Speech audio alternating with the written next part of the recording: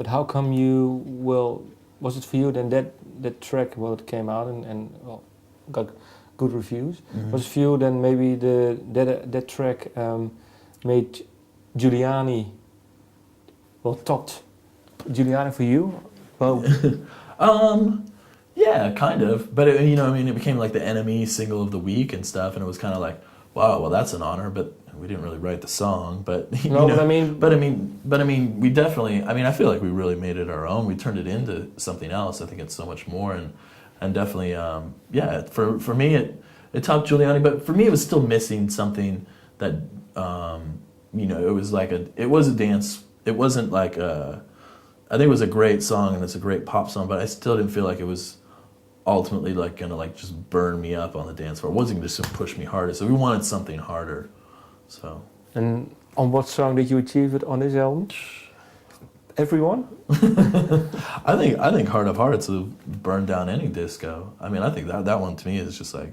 It's a new single too. Yeah. Every time I hear it, I'm just like, I like hearing it. More than I think I've liked hearing a song of ours. And Must Be the Moon too. We just shot the video for it the other day. We had to hear it all over and over all day, and at the end of the day we're like, it's still good. But is it hard strange or hard, I don't know, to listen to your own songs while yeah.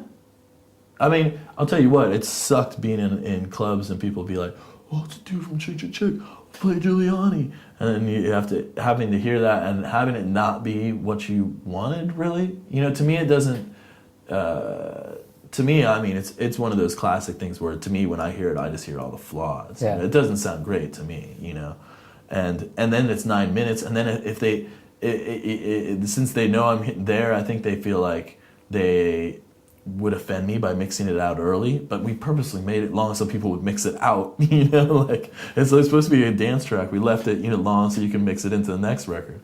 Well, needless to say, we didn't put any 9-minute songs on this record because we didn't want that to happen again, But how come, you called the album Myth Takes? So many reasons, really. Let me rephrase the question. Sure, yeah, do that. At what moment, where were you, and when you decided on this album title?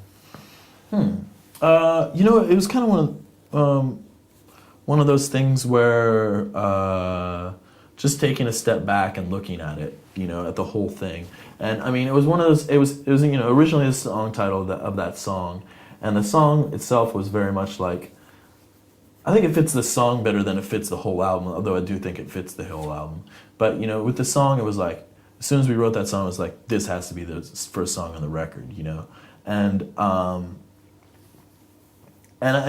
since stepping back and looking from the record and seeing the whole thing, it seemed like, it did turn out to be all these little, like, stories with almost like moral lessons, Instead of on the last album, I said everything very plainly and very direct. Things were like more ambiguous, so you could kind of find yourself in it more. So they seemed like myths, and ultimately, really, rock and roll songs and rock and roll is a lot of myths. To me, that's what I grew up with. I grew up with that kind of mythology. That's what the people I looked up to and stuff, and followed their dramas. Yeah.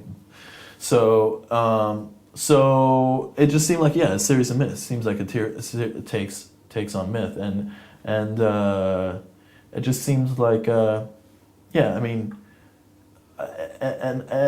I just like that it was attached to it wasn't like some people wanted to call it Heart of Hearts, and that to me seems like a cheap like 50s like it's the big hit on the record and people need to know the hits on the record so they buy it. I liked that it was attached to this more like obscure song, like a song that would never be the hit, but it puts the focus on that song more, so I liked that.